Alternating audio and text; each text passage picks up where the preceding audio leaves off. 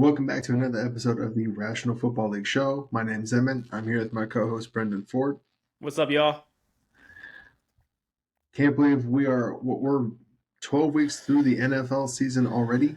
Yeah, it's going by fast, dude. It sucks. It sucks. It's almost over already. I know. For those of you who are new to our show, we do release episodes weekly. You guys can find us on Spotify, YouTube, Instagram, TikTok, and Twitter. Come talk to us. We love responding to you guys and interacting with you and hearing what your thoughts are. Never worry about leaving a comment down in the comment section. Again, we love talking to you guys, and we love hearing your thoughts. If you give us any ideas, we always incorporate them into our show, which you should be seeing a little bit later with a new segment we're bringing on. Our segments for today are going to be we're going to be discussing the college football playoff selection, as well as the Texans' chances of making the playoffs. Do we think they can do it? We'll get to that later. Let's start off, though, with our regular news of the week. Starting with a signing. Shaq Leonard has signed a 1-year deal with the Texans. The Eagles. With the Eagles. After that beatdown, after that beatdown they received by the 49ers, they've gone to find some linebacker help, considering the middle of the field is where they were exploited pretty badly. Any thoughts on that one? Do you think it'll help them out at all? It's a good signing. I'm intrigued to see how much of an impact the signing does have, because at the end of the day, he is like a middle linebacker. You know what I mean? Which, when Roquan Smith got traded to the Ravens, he helped that defense a lot. So not saying he won't help that defense, but I'm intrigued to see his like overall impact to that defense and to that team. That's pretty much it. Yeah, I agree. He's going to offer better coverage than what they've currently been getting from the position. I know they just had an injury there with Cunningham out of Vanderbilt. I think he went down with an injury. So, speaking of more injuries, Kenny Pickett has undergone successful ankle surgery. Mike Tomlin does not consider it season ending, so there's a chance he could be back this year and help with the playoff push that they're trying to make here.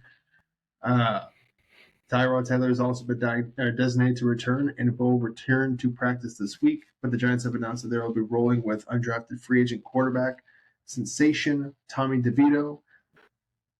Do you think it's the right move? Do you think they should have gone back to Tommy? My people. Reduced to a finger gesture. Oh no. Which I'm really confused that he's actually starting this week. I'm really confused. I expected Tyrod Taylor to stop back or to step into the game because they play on Monday against the Packers. So like I'm really surprised that they're not rolling out with Taylor. But hey, maybe get some more Tommy magic in here. You know what I mean? He had a good showing last week, so they're probably figuring, best case scenario, we find, hey, we have something good in this guy. Worst case scenario, we lose the game and help our draft positioning. So it seems like a win-win to them. That might also be the idea to keep away from going Tyrod Taylor, who could help them win the game. But they're going to announce tanking. So speaking of tank, though, Tank Dell has fractured his fibula and will miss the remainder of the season. Mr. Mendo has been a promising rookie season. He has looked on fire with CJ Stroud this year. So I know he's also been saving a lot of fantasy seasons as well. Yeah. Just from like a football fan standpoint, I love watching him and Stroud play together. Like, I've been enjoying the hell out of watching this Texans team for the last 4-ish weeks. Man, it sucks. I remember I was watching the game live too, and he got hurt. It's stupid. It was like I think it was like a run up the middle. I don't know if it was like a QB sneak, like a tush push or something like that. But I don't know why he was like in the middle of that like scrum like that. I mean, it kind of happens when you do like a tush push something like that. But like I don't know, it just kind of just like sucked. The way it happened sucked. Yeah, it was. I think it was a run up the middle to the goal line, and I think it was at a condensed formation. Yeah, he was just trying to block and end up getting. I think he was pushed over into the pile, and that's what kind of did it. Sucks. Speaking of tush pushing here, The 49ers won a big one over the Eagles. The Eagles will now go on to Dallas to play the Cowboys, a place they have historically struggled. So the question I have for you, B, is do you think by the end of next week they can not only lose number one seed, but they can also be out of first place in the NFC East? I know it's tough. That's tough. Like, I don't know. Like, on one hand, the Eagles got spanked last week, so they're gonna come out just pissed off against the Cowboys, and like they always do well against the Cowboys. And then like the Cowboys is a funny team because like at least for me, always like some point throughout the season, I think, oh, maybe this is the Cowboy season. Like maybe they are the real deal, and they'll make a deep run to playoffs finally. And then it does not happen. So like it's hard. It's hard. Like I don't know. I think I'm gonna go with the historical data and just go with the Eagles in this one, just until the Cowboys kind of prove that to be like different. Because I do think they're gonna come out with something to like prove is be like pissed off about that Niners game. Yeah. Well, I was saying the Eagles have historically struggled playing in Dallas. So whenever they have to go down to Dallas, they struggle playing in Dallas. Yeah, they struggle playing in Dallas. Gotcha. So that's why a lot of people have the Eagles. The Cowboys favored this week over the Eagles. So again, I think it'll be interesting to watch. The Cowboys have been tough at home too. Yeah, that's where they've done all their damage. But at the same time, I agree with what you're saying. Proud franchises bounce back, and the Eagles are a proud franchise. They're a good team. Good teams respond. So I think it'll be an exciting game to watch this weekend. Moving on to a little bit of the news here. The Packers win big over the Chiefs and are now in the playoff mix officially. I think they're at 500 at 6-6. B, tell me what you think. Yep, is this the 7th seed? Is this love actually or love for the night? Is Jordan Love for real? No, he's playing good ball. I love that pun use there. No, he's playing good football. I think he's had a nice, if I remember the stats, like nice 4-week stretch here. He's playing really good football. And like I don't remember what we said last week, what ESPN predicted, like the percentage of the Chiefs winning, but I remember it being high. It was like 70 something, I think it was. Yeah. And I remember even when we discussed it then. Better. I was gonna say, I remember we discussed it then where I was saying Packers fans, they feel really good about this one. They feel like they have a legitimate shot. And they were right. They're right. Yeah. They're the better team the entire night. Came out on fire. I thought the Chiefs defense was gonna be better than what they showed. Oh, you know? What are your thoughts to answer your question? Go ahead, man. I was going to ask your thoughts were the penalties in that last drive, but tell me your thoughts on Jordan Love. I'd rather hear that. Oh, yeah. No, Love is looking good. I'm looking at their schedule right now too, and guys, they're in the 7th seed right now, and they play the Giants, the Bucks, the Panthers, the Vikings, and the Bears to finish the season. I mean, I don't see a scenario where they don't make the playoffs. They don't play a 500 team. Besides, maybe are the Bucks 500 at least? Let me see here. No, they're not. So they're not. I mean, the Vikings are maybe. Let me see. The Vikings are 6-6, so they are 500. Okay, the Vikings are the only current team that are 500 right now. That's on the remaining 5 games for the Packers. I don't see a scenario where they don't make the playoffs. I think that wild card seed is theirs to lose. If the offense can keep going. And to answer your question about the penalties, I mean, guys, I get the DB was on Scantling's back, bro. On that PI call that wasn't a PI. I mean that wasn't called PI. Bro, he's on his back for a piggyback ride before the ball was there, bro. How is that not a flag? I feel I don't know, man. I know people were saying on Twitter that it was a gimme call because they called that unsportsmanlike late hit on Mahomes that wasn't it was not a good flag because he was still in bounds and whatnot. But guys, that's a difference of 15 versus 50 yards. I just don't see how that's fair, especially when it's that bad of a call. I can get it if the DB was grabbing his arm or a little arm bar. Okay. Dude was on his back for like 5 yards, dude. Like, I just don't get it. Yeah, you can't even be that egregious. Sorry, that's my rant. No, you're good. Yeah. I agree with you. It can't be that egregious. I get like a makeup call, but that's just too much. You got to call that. Couple more. You gotta call that. Yeah. Last piece of news we got.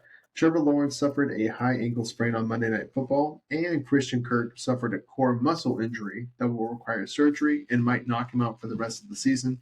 Trevor Lawrence, we're not sure on the timeline at the time we was recording this. Doug Peterson has said that he doesn't think that it's going to knock him out for the rest of the year. There's even a small chance he could play this week, which would be completely unheard of. Usually high ankle sprains are out 4 to 6 weeks at least. So that I don't at least those things hurt. Yeah, I don't think playing this week would be the right idea. It's not worth risking a further injury or exacerbating that injury just for one game. At least let him sit a week. I do want to call out the fantastic commentary that came out of watching Trevor Lawrence have to walk to the locker room on a high ankle sprain instead of being carted. Oh, yeah. My favorite one was someone posted that Trevor Lawrence, this is like they posted it like the next afternoon. Trevor Lawrence has finally made it to the hospital. Unfortunately, he missed his MRI, and so he's going to try to walk to the next hospital and try to make that appointment in time to determine his availability for the next game. I thought that was hilarious. I think Colin Cowherd kind of nailed it when he talked about good franchises, winning franchises take care of the players. It's Florida. There's carts fucking everywhere. The parking lot's probably full of golf carts. Get this man in a goddamn cart. Don't let this 6'6" fucking Goldilocks looking fuck walk all the way to the locker room on a fucked up ankle. What are we doing here? Sunshine. Yeah, sunshine. I mean, that's some shit you see in high school. What are we fucking doing? Speaking of what the fuck are we doing, we're going to move on to our next segment, guys. It's going to be a brand new segment that we are debuting this week. This comes from a subscriber who recommended it to us, and we thought it was a fantastic idea, so we're going to roll with it. And we're going to start off with his suggestion. We're calling it "Turn on the Spotlight." We're going to highlight one player in the NFL who's maybe not getting the attention they deserve, and we're also going to highlight one college player, draft prospect. This will be kind of like our draft profiles. Just one way for us to work us in every week. I'm going to let B go first. We're going to start off with linebacker Terrel Bernard from the Bills. B, turn the spotlight on him. Yeah, so Terrel Bernard stepped in for the Bills this season at linebacker. And again, shout out to Frank. He tunes into the show often. And I didn't know. I don't know about you, bro, but I didn't know anything about Terrel Bernard. I didn't even know he was even on this planet, to be honest with you. Until he was like, hey, he's doing a great job out there in that Bills defense. You guys should look at him. I'm like, all right, sure. So sure enough, I turned on the tape, and this dude just shoots off the camera, bro. My first thought when I was watching Terrel Bernard play is he is fast. He can go sideline to sideline, and he is great in pass coverage. For you all that don't know him, he's 6'1", 224. He's out of Baylor, and he plays the middle linebacker. I think he actually plays the Mike, not the Will. I didn't watch a whole lot of film to really decipher that, so excuse me if I'm wrong there.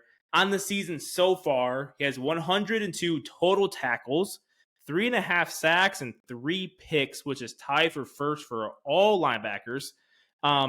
And this boy can hit. When you get hit by him, you know you got hit by him. He is fast, like I said. He plays off the ball, and when he sees the gap, he knows where the ball is going, and he shoots right now. His trigger is fast, and I'm telling you, his quickness and short yardage is crazy. He is fast. He's, like I already said, he's great in pass coverage. He has 3 picks, which is awesome. I loved his pick against Washington. I think if I remember correctly, it was a cover 4 or cover 2. I think it was cover 2. He went towards the deep middle, and he just got right underneath this post route, and it was perfect. Got back to his mark, jumped up, everything, got it, man. It was a very athletic play. I love that. And then my last point here for you guys is he is Mr. Do-It-All. Like I said, he can cover the pass, he can blitz, he has 3.5 sacks, and he can defend the run like no other. I'm actually super happy that Frank brought this forward to me because I'm actually a huge Terrel Bernard fan now. I hope he keeps it going. I think it's his second season right now, so he's still younger too. Mm-hmm. And I know he has a long career kind of like ahead of him here, and this dude is good. Watch him if you guys have not. Like, just go on YouTube right now and watch him play. So, full disclosure about this. B used to play safety, linebacker. My expertise was more on offense. I played a little D-line, a little O-line in high school and receiver and everything else in college. So, I don't know much about this guy. I left this to be for you to give your analysis of it. Is he a first-year starter? Is he filling in for like Matt Milano? Do you know how many games he started or anything like that? Yeah, I think he's first year starting, and based off the message I saw, I think he's filling in for Edmonds, but it could be for Matt Milano after he got hurt. Okay. Yep. Do you think it's something that he could be a long-term starter for the Bills or another program if they decide to go that direction? I know again he's only in the second year, so I'm not expecting him to reach free agency. But okay, so you think he has the capability to be a full-time starter? Yeah.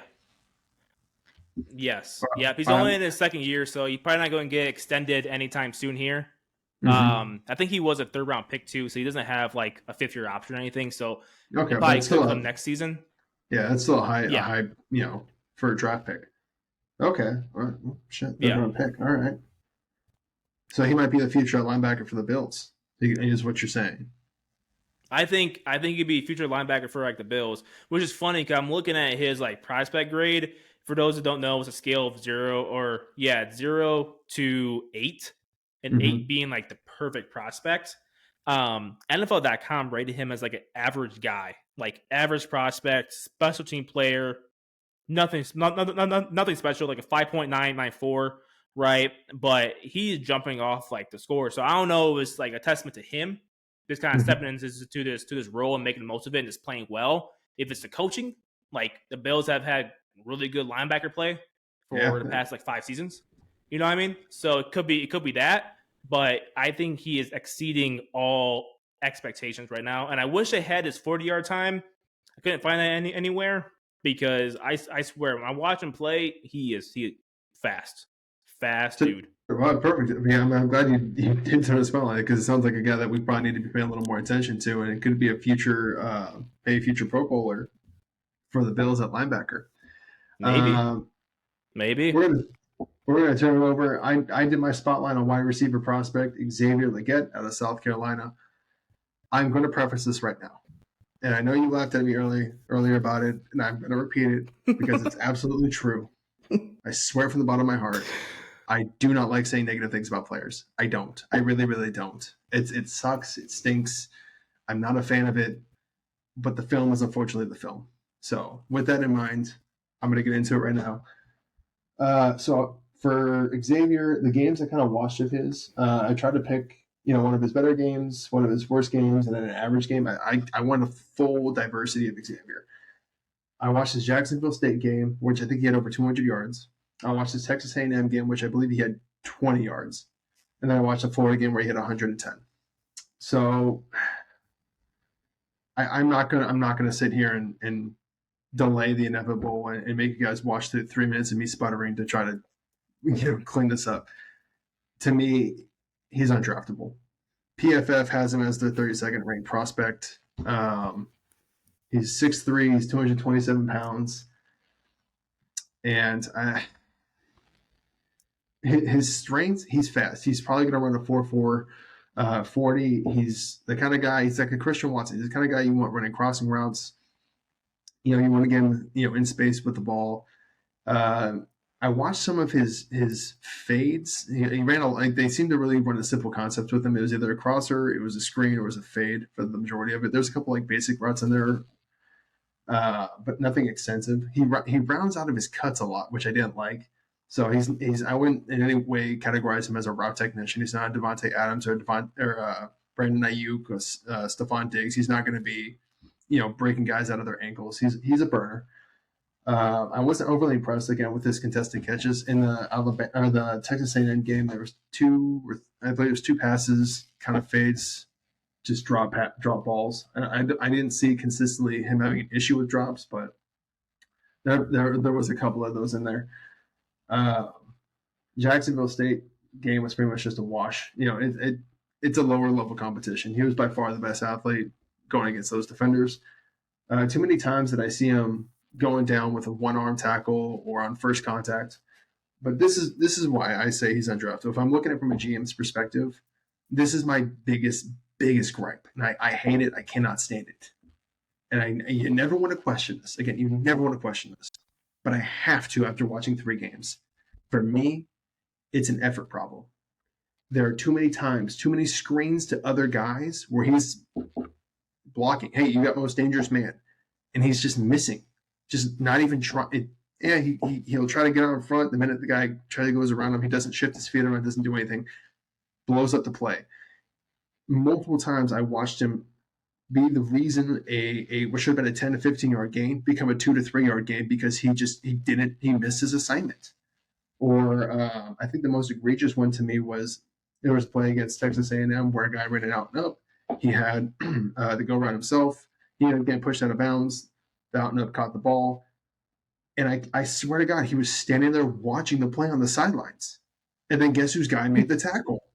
His fucking corner. And I showed you because I went back and we tried to quickly squeeze in the Mississippi State. It was bad. Yeah. We tried. Yeah. Another point, a coaching point here is on scrambling drills. I'm sure we've all heard this at this point. And if you haven't, well, I'm glad to inform you. As a receiver, there's scrambling rules. So the minute the quarterback breaks out the pocket, if you're short, you go deep. If you're deep, you go short. Very simple. Go the opposite of where you're at. We watched. There's a play going to PFF. Spencer Rattler rolls out to his right, and he's rolling for a while. He's threatening the line of scrimmage, and on the play, Xavier had a fade to start, a streak or a fade, and he finished the play, which resulted in a touchdown, standing on the sideline in the back corner of the end zone watching. Plenty of time to make his way back to the quarterback, try to make himself available as a target, work in the sideline, something. You cannot just be standing on the sideline watching the rest of the play out, just because it's just not going to you. Yeah. I mean, it's that kind of stuff that to me, it's like a Claypool. It's a detriment to your program to have him on the field. It's bad enough if you're not getting open and catching the ball, but when you're not blocking, and you're allowing screens to get blown up, you're allowing runs to get blown up because you're not blocking your assignments, you're becoming out a detriment. I can't have you on the field, no matter what other skills you have. So to me, that's why I would have like that. Oh yeah, go on, please. Any questions? No, I just want to get your thoughts on something. So your biggest red flag with him is his effort level. Mm-hmm. Do you think that could be coached up at the next level, or do you think that's just an end-all be-all?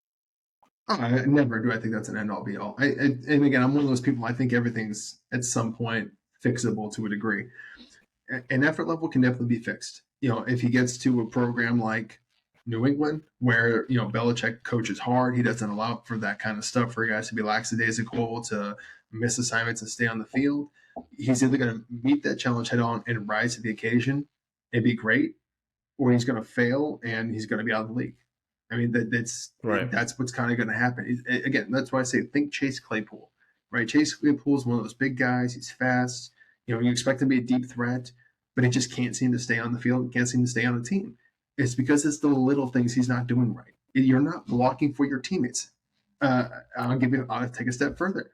On that out and up, when I was referencing earlier, where he was watching on the sideline, his guy made the tackle, right? It's very common. You see this in games all the time. Your buddy gets tackled, you run over, hey, let me help you up, let me get you up, hey, let's go, next play, kind of thing, right?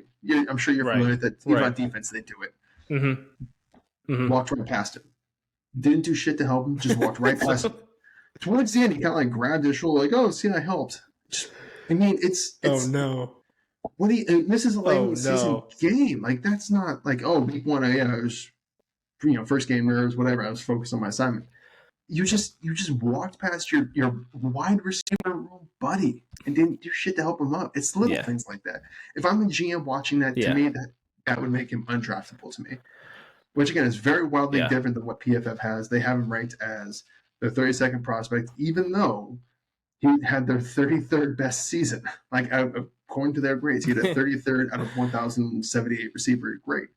I'm trying to think of any additional numbers. I was just going to ask you a question about that. So you just mentioned that he is the 32nd overall prospect on PFF's big board. Their 250 big board, which basically puts him as a late first, high second round draft pick. Yeah. Why do you think he's rated that high as a prospect when he has all these red flags, and he has the 33rd out of like 1,000 best score? Like his season grade is not that high. So why do you think he's rated as a late first, early second round prospect, despite all the stuff that you just said here? So my guess is PFF is probably basing on a couple different things, and they're still in their draft process, I assume. So maybe towards the end, so by the time the draft actually rolls around, we'll see where his final ranking stands. But my guess is they probably have him high based on his potential. They're looking at the immeasurable or the untapped potential. He is still 6'3". He is still 227. I mean, he's still probably. My guess is he's going to run a 4.4 at the combine or at his pro day or whatever it is. I'd be more interested to see what his shuttle is, but that's just me. He's almost essentially like Quentin Johnson, right? Quentin Johnson last year out of TCU, first round pick. And we talked, and I don't think we even had a podcast at the time, but I told you at the time, I don't see it with this guy. Like, I know people keep saying he's big, he's fast, he's strong. Look at him. He's a prototypical X in the NFL. And I'm like, he doesn't stand up on tape. And so far as we've seen on the Chargers, he hasn't stood out there. It's just, I think people kind of become a little bit enamored with the potential of these big, fast, strong guys and assume it's going to translate well. But they're Quentin Johnson, and now what I'm saying with Xavier Legette is they're these guys that you need to scheme open. It needs to be a screen. It needs to be a mesh route. It needs to be something like that where you're giving the ball in space. And if you're not doing that, they're virtually useless as a receiver. I mean, I saw this guy was getting locked up on fade routes. He wasn't even running by corners. And the one fade we saw that he did win against Mississippi State that we discussed, we kind of looked at a key thing I like to do when I'm looking at a play, especially an offensive highlight. I like to look at who caused this play. Was it because the offensive player did something so well, or was it a defensive fuck up? Now, in that play, it was a defensive fuck up. I think it was like a 50-yard touchdown. The corner burnt off the line, still was able to regain, keep it close, never turned his head around, never played through his hands, even though the ball was underthrown. And then after that, just toasted the rest of the way. So, again, I really want to bring this back around to, I don't like saying negative things about guys. I don't want to say, hey, you have no future in the NFL. That's a terrible thing to say, and I never want to. But if I were a GM, I don't think you don't want to bring someone like down. Right. Yeah, I don't want to bring anyone down. Yeah, but you don't want to bring anyone down. Yeah, I wouldn't spend a pick on him because of the immeasurable parts. And again, that's all something you can clean up, but he has to be something he wants to clean up. So, right. And I was gonna say too, like, I don't think you're bringing anyone down. You're just being real, right? And you're giving us your opinion. And I gotta thank you for your breakdown, because I was that fan. I watched his YouTube highlight, and then I was looking at his stats and like his height and his weight. I'm like, oh man, this dude's gonna be like a weapon. This guy could make some noise at the next level. And he said, no, look at XYZ. Like, these are really like bad, like red flags here. Like, you should look at this stuff. I'm like, oh yeah, damn, yeah. So that's just a testament to you and your breakdown, and also for people out there too. Is like, even myself, we get stuck with looking at the roster and looking at someone's height and their weight, and look at their stats and their box score. But like, there's always context and a story behind the numbers that we all see. And these are the points when you watch the tape and watch the player, not just when he's running for an 80-yard touchdown, but on the play where he has a stalk block, or like you said, he is like a scramble drill, and he's not getting open, he's not showing effort. That's stuff that we need to see too, because not every play is a highlight. Like, we have to watch the actual aspects of the game and watch them every single play. So thank you for your breakdown. And I don't think anyone should take it a wrong way. You're just giving us your truthful thoughts.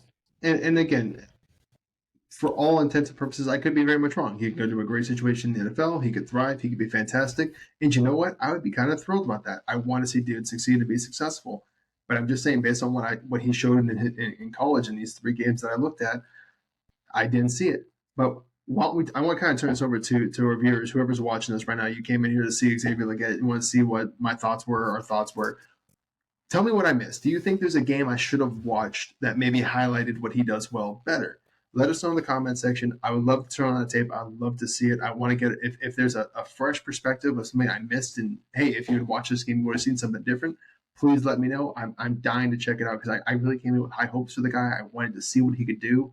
And I just left I left kind of frustrated, actually, to be honest. But let us know in the comment section. Give us a like and give us a subscribe. We do this every week, like we kind of said at the beginning. We do draft. We're going to be doing draft profiles every week. Tell us who you think we should watch next week. But from there, let's turn it over. Let's get into our next section here. I believe we're on to our games of the week. Correct? Games of the week. Games of the week. Yes, sir. All right, we got some fun ones here. I think, what did we go last week? I think I went 3-1, and I think you went 2-2, correct? Yep, correct. Correctamundo. Get my memory working. So I'll take it. The Chiefs really screwed us a little bit, but yeah, they did. It's all right. Let bygones be bygones. You know, it's fine. Lambeau Field, what do I tell you? It's a terrible place to play. It's cold as hell. Sunday night in Lambeau.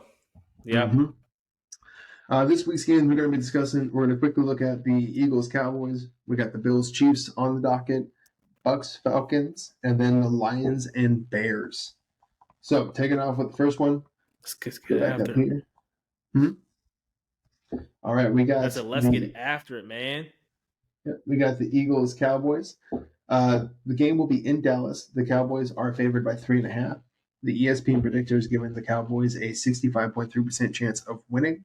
And the game will be in a dome, so the weather won't play too much of a factor. B, tell me what are your thoughts? Who are you taking and why? Yeah, I kind of teased this up when we did the news of the week segment. Give me Eagles. I know it's a hot take, but I think they're going to be pissed. Like you said, they're a proud franchise. They're going to be pissed after that Niners loss going into Cowboys. It's going to be like a playoff environment here, right? This is almost for the NFC East title, as we get near the end of the season here. I think the Eagles are going to be ready. Give me the Eagles on the road in a very, very close one. I'm going to go the opposite direction in this one. I'm going to take the Cowboys. They're just such a dominant team at home. They've had their most, explosive wins in that AT&T Stadium. They look good every time they play there. Dak has been playing at an MVP level. CD Lamb looks fantastic. They're working Brendyn Cooks into the offense more. Tony Pollard looks like he's starting to kind of get it going. He's kind of been a weird non-factor this season. Deron Bland even had a weird start to the first half last week against the Seahawks. Kind of figured out in the second half and became locked down again. Micah Parsons, still Micah Parsons. Based on the DVOA, Dallas is actually ranked higher in DVOA at number 5 over Philly, who's at number 8. For all those reasons and more, give me the Cowboys this week. Moving on to our next game, we got the Bills Chiefs, a usual powerhouse matchup. I feel like if we going into the season, we would have thought this would have been for, maybe the number 1 seed at the time, but now it just kind of feels a little man. But it is what it is.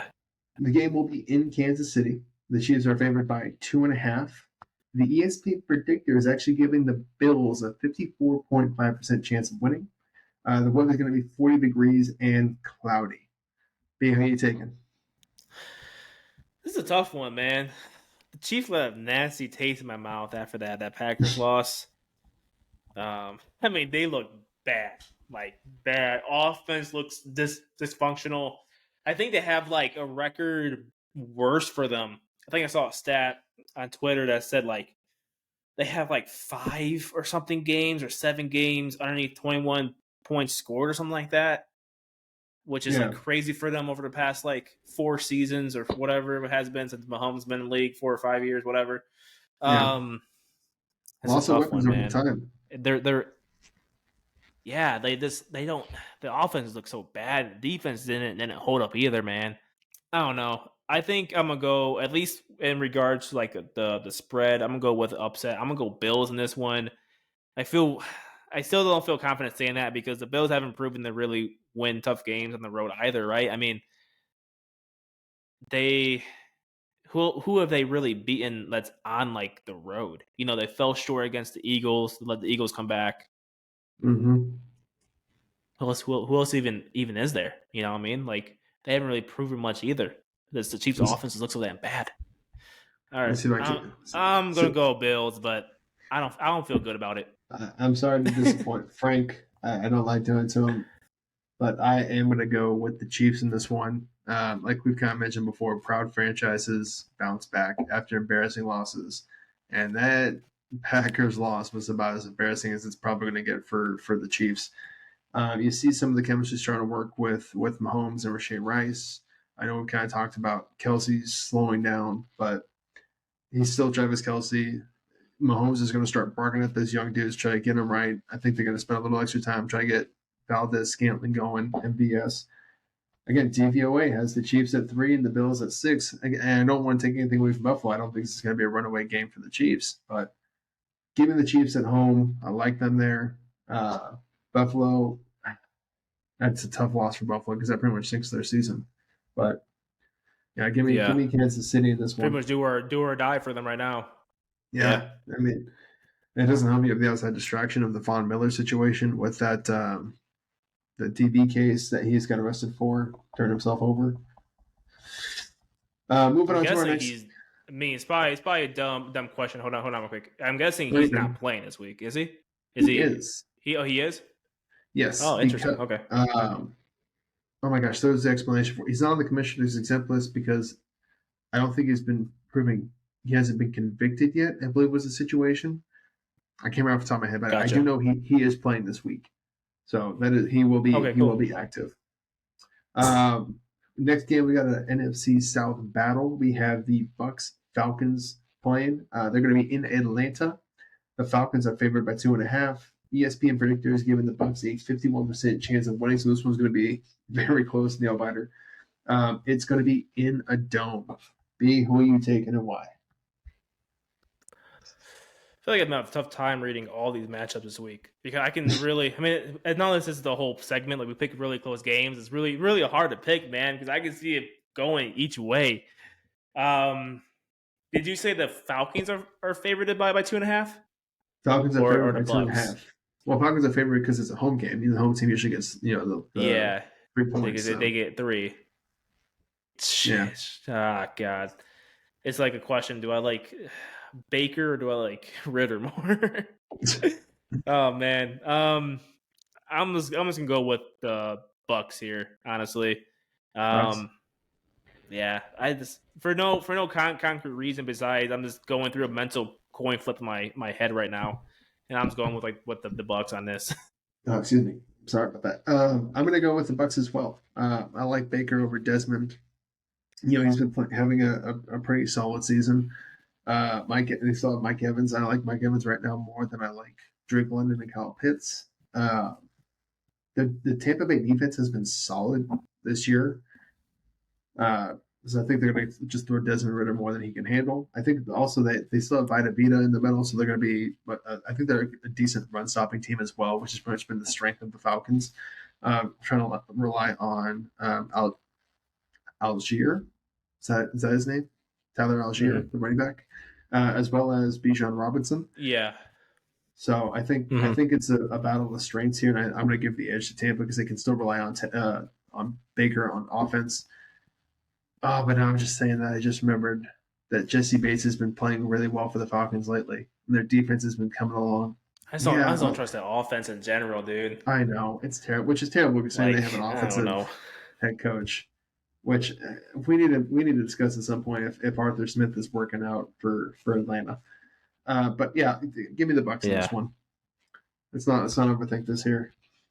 Last game we have the Lions Bears. This game's going to be in Chicago. Go the Bears. Lions are favored by 3. ESPN predictor is giving the Lions a 61.8% chance of winning. It's going to be 39 degrees and cloudy. B, who are you taking and why?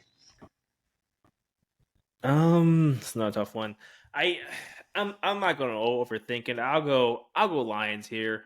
I maybe would go differently if they, even though they almost let the Saints come back last week, but they came out on fire against the Saints. They scored like 21 in the first quarter, and like their offense was just like humming. And I say it's a tough one because it's outside. Obviously, I think this is their last dome game of the season. Um, 39, 30-ish degrees outside in Chicago. Could be a little bit colder if you factor in the wind chill or like the wind.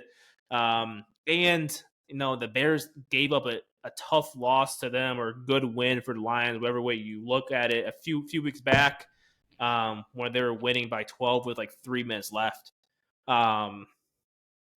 Yeah, I'm not going to overthink it. I'll go Lions here. Yeah, I'll go Lions too. I know Goff had kind of had his stumbles the past few weeks. He seems, I think, towards the end of last week's game, he kind of seemed like he got right back on track. He started to become more efficient, less turnover prone. Sam Laporta has been a phenomenal rookie tight end. For those that know, he's been awesome. Yeah, what is it? JTL Sullivan says? For those that know, you know. Yeah, so he made me money last week. Oh yeah, he won me my fantasy game last week. So, but you saw Amon-Ra St. Brown again. I still like the Lions' offense. I think it's going to be another close game because Chicago's, I think, kind of figured it out a little bit to a degree what their strengths are, how they want to play games and want to manage. But I still think the Lions. I mean, if they want to be taken as a serious playoff contender, these are the kind of games you need to win. So for those reasons, and again, DVOA definitely has the Lions as a way higher ranked team than the Bears. I'm going to take the Lions in this one. So just a quick recap here. We're both taking the Lions. We're both taking the Bucks. I have the Chiefs. You have the Bills. And then I'm taking the Cowboys, and you're taking the Eagles, right? Yep. Ooh, fun. All right. We got. So if you guys are listening, why don't you head down to the comment section. Based on the games we predicted, tell us which teams you think are going to win. Do you think I'm going to be right this week? Do you think B's going to be right this week? Let us know. Give us a like. Give us a subscribe. We love talking with you guys again. And we really love hearing your thoughts and opinions. You guys are able to fill our gaps in information with what you guys know. So we really do value it. With that said, we're going to turn it over to our segments of the week. For those that don't know, we do 2 segments every week. We release these after we're done recording as well as individual videos. So if you don't feel like listening to this hour-long podcast of everything else, you just want to see what our thoughts are on these topics, which is college football playoffs rankings and the Texans' ability to make the playoffs, feel free to wait for those, but you're going to be missing out. Until then, you're going to be the last to know. So, with that in out. Tune in. Tune in. Don't tune out. What are we doing, guys? Look alive. Get your effort up. I'm just kidding. With that in mind, let's dive into it. Are the Texans playoff bound with Stroud? Tell me the remaining schedule right now. They play the Jets, the Titans, the Browns, the Titans again, and the Colts. They currently are just off the playoff bubble. I believe they have the Steelers, the Colts, and the Browns in front of them. All of them are 7-5. Yep. As well as the Texans. Mm-hmm.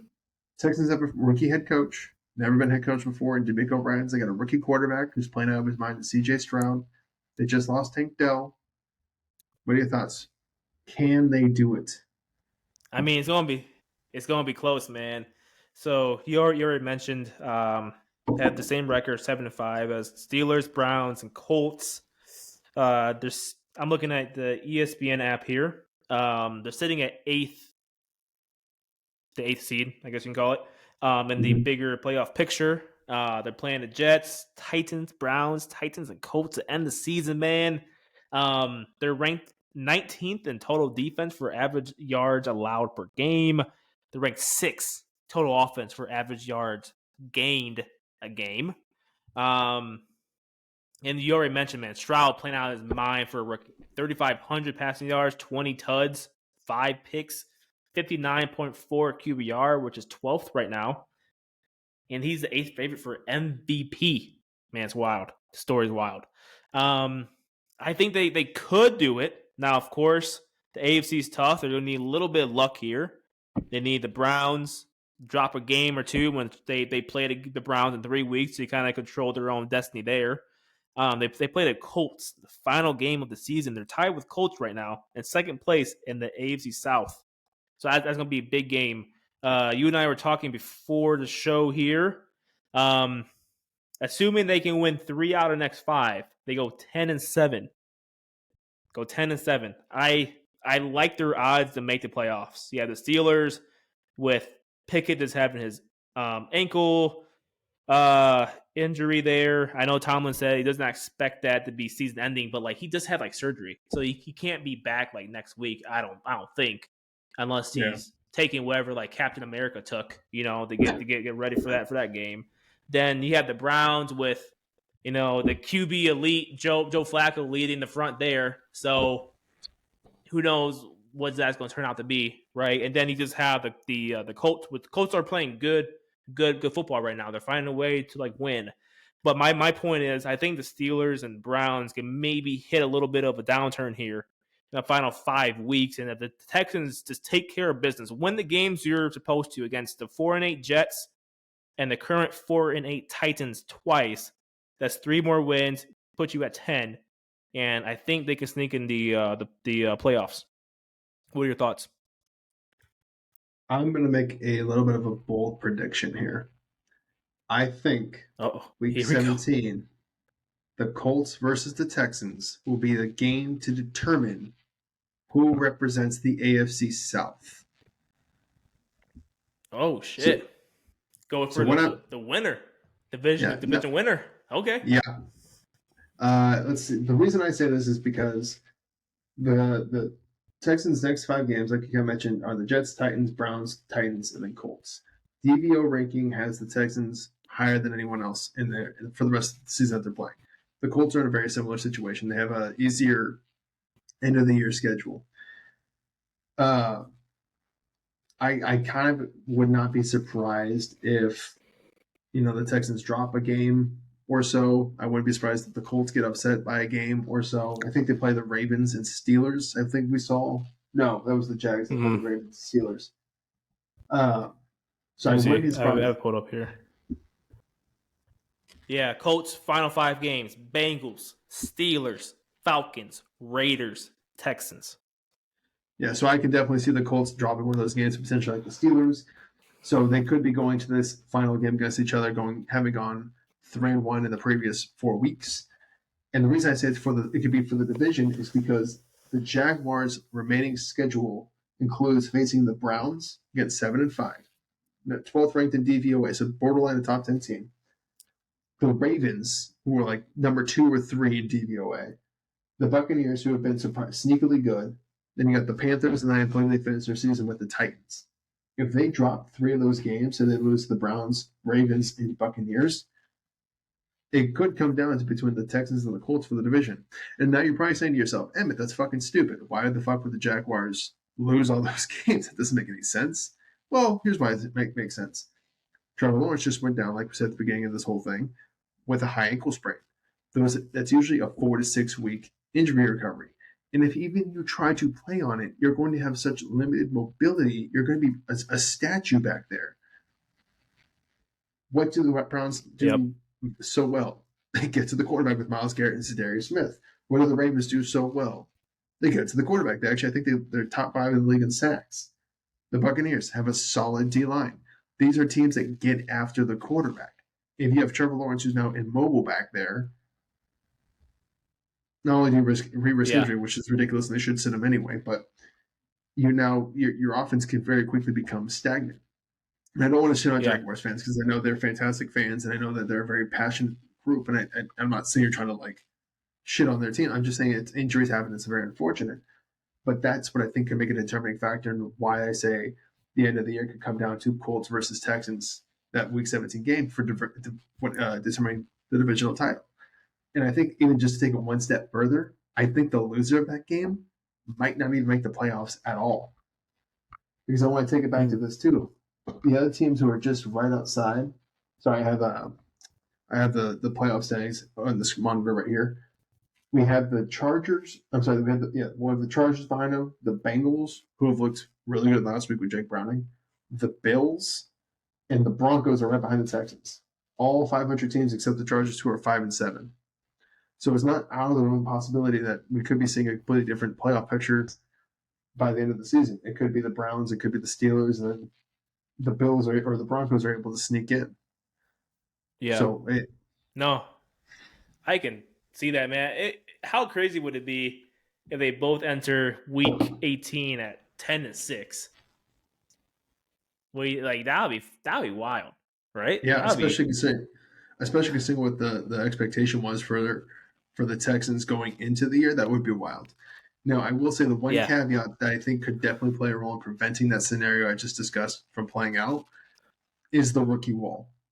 The Texans, unfortunately, are a very young team. A lot of their strength is coming from their rookies. Will Anderson, Tank Dell, who got hurt, C.J. Stroud, and it's very common for those kind of guys at some point hit that rookie wall. You kind of get beyond where you've ever played before. You've never played a 17-game season before. It's 13 or 14 in college at best. So these guys kind of hit a wall of like, oh, okay, our bodies are kind of breaking down. Like, we didn't train for this. We just went through the draft process. So that might be the biggest hindrance, I think, that might stop the Texans from that kind of result and maybe sputtering towards the end of the season. But the rest of the team's been so good, I'm not even sure that's going to happen. I mean, Derek Stingley's been playing out of his mind. I mean, there's just been so many. Noah Brown's, been a surprising factor. Nico Collins seems to have figured it out. So, now what do you think? What are the chances you think the scenario I mentioned actually plays out? It could, but actually, I want to go back to your Jaguars point too. I tend to agree with that as well, mostly because the backup quarterback, CJ, the other CJ, he's pretty experienced in the league for a while. I think he's out of Iowa was his college. Like he's just CJ Beathard. When you watch him, you can tell he's just not it. You know what I mean? Like if they had a quality backup like that Jake Browning guy, like maybe, you know what I mean? But like then it comes back to the question like how long is T-Law out for? A high ankle sprain is not like a week thing. If he plays this Sunday, that's gonna be crazy. And they're shooting him with something in like a bottle. You know what I mean? Like because that is hard to do. That is painful, man. And I read a tweet that he's actually gonna be out for 2 weeks longer. He had to walk like 300 yards to the locker room. So I'm just kidding, y'all. But like the fact that he had to walk out there was funny. Fuck. Yeah, but like so they had like a more of a quality. He's like, what? Yeah, reports just came out that since he had to walk back to the locker room, he's out for a week longer. And they have more of a quality backup. Yeah. Instead of like, if they had like a more of a quality backup that can float the team for 3 weeks, and try to get some wins, yeah, sure, I could maybe see them trying to hold on to first place in the South, but like, I don't know, dude. Like, I think it's also sprain. That's tough. I think it's also an additional reality that the Jaguars have been kind of living this season on the edge. People kind of talk about like, oh, the Eagles, a lot of their wins have been by close, by comebacks, whatever it is. I mean, the Jaguars have been kind of the same way. They've had a few lucky bounces go their way. Their offense really hasn't clicked all year. They've kind of been reliant on a very opportunistic defense. I mean, Calvin Ridley, who we kind of had high expectations for going into the season, I mean, it really has underperformed. Now they have Christian Kirk, who's also more likely out unless they make a deep playoff run. So, I mean, they're starting to suffer some serious injuries at some very important positions. So, I don't think it's out of the realm of possibility that we're seeing this season the AFC South come down to who's the better team in Week 17, the Texans or the Colts. Yep. Now, you guys tell us what you think. Is my bold prediction accurate? Do you think I'm out of my mind? Let us know in the comment section. Tell us your thoughts. Give us a like again. Give us a subscribe. We do this every week. We love hearing from you guys. Until next time, if this is where we're losing you, I've been Emmett. This is We're the RFL Show. You guys can find us on TikTok, YouTube, Twitter, Instagram, and Spotify.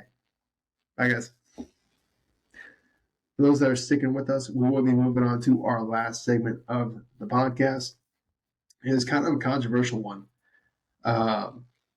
Did the College Football Playoff Committee get it right in leaving off FSU? we can go on all these wild contingency theories and conspiracy theories about whatever. But I think the main thing boils down to this conversation. Was it right to leave FSU off so we didn't have to watch it a blowout game and a team like Michigan didn't get a free pass essentially to go to the college football national championship? Or was it right to give FSU a shot in the playoffs because they'd earned it by having an undefeated season and winning the ACC championship? I'll let you start and tell me what you think about that. Yeah, I mean, a lot of people have talked about this already, so I don't want to like beat like a dead horse here. But I think the committee got it right, and it pains for me to say because my grandma lives down in Florida, and she's kind of like a semi Florida State fan now, so she's rooting for them for the the local team. So sorry, Grams, if you're seeing this, but think about it. It's the best four teams, not the most four deserving teams, right? Like in a perfect world, yeah, if Jordan Travis didn't get injured, the Florida State will be in right now, right? But think about it, okay? If Bama and Florida State were to play right this second, and Florida State has their backup quarterback, who's winning that game? Bama. Yeah. Hands down, right? And Bama's no slouch. Like, not like there's some team that was like, oh yeah, let's just put them in the playoffs because they're a cool story. Like, they beat Georgia, who just won close to 30 straight games, who've been the best team in the country for 2 straight seasons. Mm-hmm. Like, if you want to talk about most deserving, like, that's pretty damn deserving too. Like, yeah, they might not have been 12-0. The one team they lost to is currently the 3rd seed in the damn country. Like, that's also not bad either. So, just to keep it simple, guys, there might be some Florida State fans in here pissed off, but all other college football fans might be mad about it, but I totally get it. It's the 4 best teams. Bama's won the 4th. Florida State with their backup quarterback is not one of the top 4 teams in the country. And that's just my own opinion. Just make it blunt. Yeah, and I don't want people to say anything like, "Oh, you guys obviously whatever you're biased or We made a video about Florida State going into this year. We had a prediction that Florida State was going to win the ACC. Again, you can go check that out. You can verify what we're saying. That was our prediction. We thought they would take it over Clemson. They ended up actually taking over Louisville, which who would have thought the dream season Louisville had. But yeah, I mean, in today's day and age of what football is, the quarterback is the most important position. You are not the same team without your quarterback. And I know Jordan Travis tried mentioning, "Oh, I wish I'd had my injury earlier, so teams, the rest of the country could see that, the quarterback isn't so important." It's like it is. Anywhere else your starting quarterback gets hurt, your season's pretty much over. I mean, look at what happened to what was it, Iowa? I mean, Iowa started out the first few weeks, looking good on offense, and we're all thinking, "Wow, Iowa! Look at this new turned over leaf, Iowa." And then the starting quarterback got hurt, and they went right back to looking like the shitty offenses that we've come to know from Iowa. It is what it it is what it is. You can't give, for example, you can't give Michigan a free pass to the national championship because they get to go play a backup quarterback in Florida State. We've been rooting for Florida. At least I've been rooting for Florida State all year. I think they've been a great story. I think they're a fun team. I think they're loaded with talent, but you need your quarterback. I'm going to be fair about it. I went into watching the ACC championship with an open mind. I was like, you know what? Maybe this backup quarterback's going to put on a performance, and we're going to be like, wow, they deserve to be in. And after about the first quarter and a half, I had to turn it off. I was like, this is bad. This is rough to watch.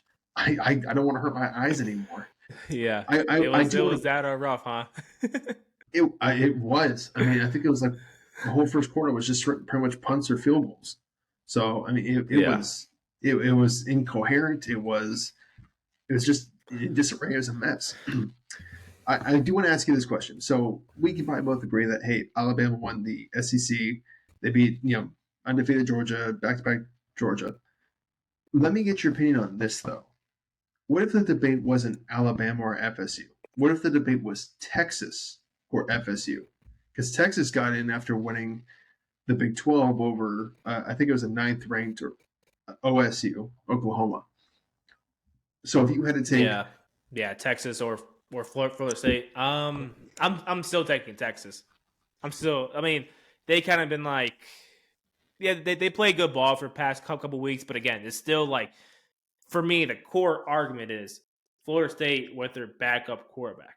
Like, and I get it. Okay, they had the third string in against in the ACC title game because the second string got hit in like the head the week prior, and like the second string would have been back in time before the playoff and all that stuff. But like, I just don't think that truly matters. Like, they still lost their quarterback. Like, it's a completely different team, and not like Jordan Travis was some like bum. Like, he was he's playing well this year, right? Like, he was playing really good football, and that changes your team a lot. And I know a lot of Florida State fans are pointing at when actually the Buckeyes won in the 2014-2015 season, because they had Cardale Jones, who was at the start of the season their third string quarterback, and then that was the whole thing where Braxton Miller got hurt and JT Barrett took over, and then he got hurt, so Cardale Jones stepped in, right? But they beat Wisconsin in the Big Ten title game 59-0, something like that. Like, they were on a roll, like they were playing good football, right? And the week before that, they played U of M and they still won. So I'm like, it's completely, you're looking at apples and oranges, and you're also looking at something that happened like 8 years ago. Like, you know what I mean? Like, it's kind of beyond that point now. So to answer your question, still looking at Florida State and Texas, Texas still is going to get in. I think they're still the better team overall, because Florida State is still missing their starting quarterback. Yeah, I mean, I still agree with that. I just want to get your thoughts on it. And even to answer your example of Ohio State, I mean, so much in football has changed in the past 8 years. College, as well as NFL, has become very quarterback-centric. The whole game revolves around quarterbacks. At least with Ohio State's Ohio State example, they had opportunities to show, look, we're still a competitive, competent, cognitive team with our third-string quarterback, and we dropped 59 on Wisconsin. Again, Florida State had their opportunity to show us, hey, you're still a great competitive team, and you came out and put out 16-10 over Louisville. I mean, that's not going to cut it. Now, again, it's a completely different conversation if they came out and beat Louisville 35-3 or 35-10, something like that. Then I think we're having a different discussion. If they got left out, it's like, hey, they showed they're still a great team. They should be in. But they didn't. And here's another maybe opinion or perspective to look at. I mean, it's kind of been Florida State's formula all year. I mean, they haven't really been a big blow teams out kind of team. They've usually won gritty last minute. Well, now you have a situation where your starting quarterback's hurt and you come in and win gritty in last minute. And now it's no longer looked at as, well, this is just a great team. It's looked at as, you guys aren't competitive anymore. So I think it's one of those things that the way they've been winning all year has kind of come back to hurt them in that same regard. Yeah, and you made this point during the pre-show, but let's just say it now. If Florida State comes out in the Orange Bowl and play, I think it's the Orange Bowl, right? And they play against Georgia well, then damn, you have a chance to prove the country wrong. Now, do it, right? But again, if you get blown out, then like we kind of know our like answer then. And on the flip side, what if Bama goes on the run and just wins the whole damn thing? You know what I mean? And that kind of furthers the point that Bama should have gotten in. Or if Texas wins their game against Washington and they at least make it. And that's like, okay, well, they made it. I don't know if they'll beat, U of M or Bama, but they like made it, right? So my point is I'm very intrigued to see how this bowl season plays out and the playoffs play out, to see how everything kind of unfolds here. Yeah, and I agree. Like I said, we kind of discussed in the pre-show. FSU has an opportunity to shut everyone up. If they go out and they beat Georgia, and we do want to give the context that we are aware that not every player is going to be playing. The transfer portal is starting to take its toll. Guys are going to be sitting out for the draft. So we understand it's not a full-strength Georgia team versus a full-strength Florida State team. But that's not the way perceptions work, and we all know that. We're all going to look back in 5 years at the final box score and not go, well, who sat out? If you go out there and you beat Georgia, 52-14, no one in 5 years is going to be like, well, but, they're going to be like, oh, yeah, you're right. Florida State should have been in. What a travesty. But if you go out there and you get blown out 52-14, no one's going to look back and think, well, but Trey Benson wasn't playing. Well, Fred Versa, where he left to go to the draft, they're going to be like, see, we were right. you guys should have been left out. We're glad we didn't give Michigan a free pass to the national championship. So I think that'll be very interesting to see. But you guys tell us what you think in the comment section. Let us know, was it the right decision to leave Florida State out? Does it make for a better playoff? Is that worth it? Or is it more valuable to put the deserving team in? Let us know in the comment section. Tell us your thoughts. Give us a like again. Give us, subscribe. We do this every week. We love these discussions, and we love hearing you guys' thoughts. Never be afraid to comment, because we're always going to want to hear what you guys got to say. But that's where we're going to leave it for tonight, I think. It's been a pleasure talking to you guys. It's always a pleasure talking to you. You guys can follow us on Instagram, Spotify, YouTube, TikTok, and Twitter. Until next time, it's been the RFL Show.